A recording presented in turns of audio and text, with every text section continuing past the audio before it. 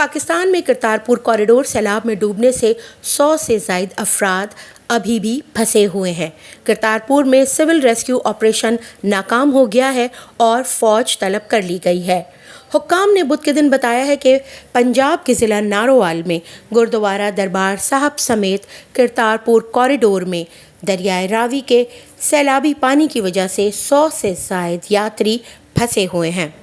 Kartarpur corridor project management unit کے سربراہ کے مطابق پورا کوریڈور کمپلیکس بشمول گردوارہ دربار صاحب اونچے سیلاب کے پانی میں ڈوب گیا ہے۔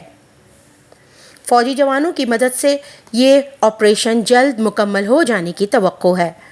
دریائے راوی، جو 1,50,000 کیوسک پانی کی گنجائش رکھتا ہے، شکرگڑھ تحصیل میں کوٹ نین کے مقام پر 1,55,000 کیوسک کی رفتار سے بہہ رہا ہے۔ اتوار کے دن بھارت نے انسانی بنیادوں پر سفارتی ذرائع سے پاکستان کو سیلاب کی وارننگ دی تھی۔ بھارت کی آبی جارحیت نے کرتارپور ڈبا دیا۔ ہندوستانی ڈیموں سے آنے والے پانی سے دریائے راوی میں سطح بلند۔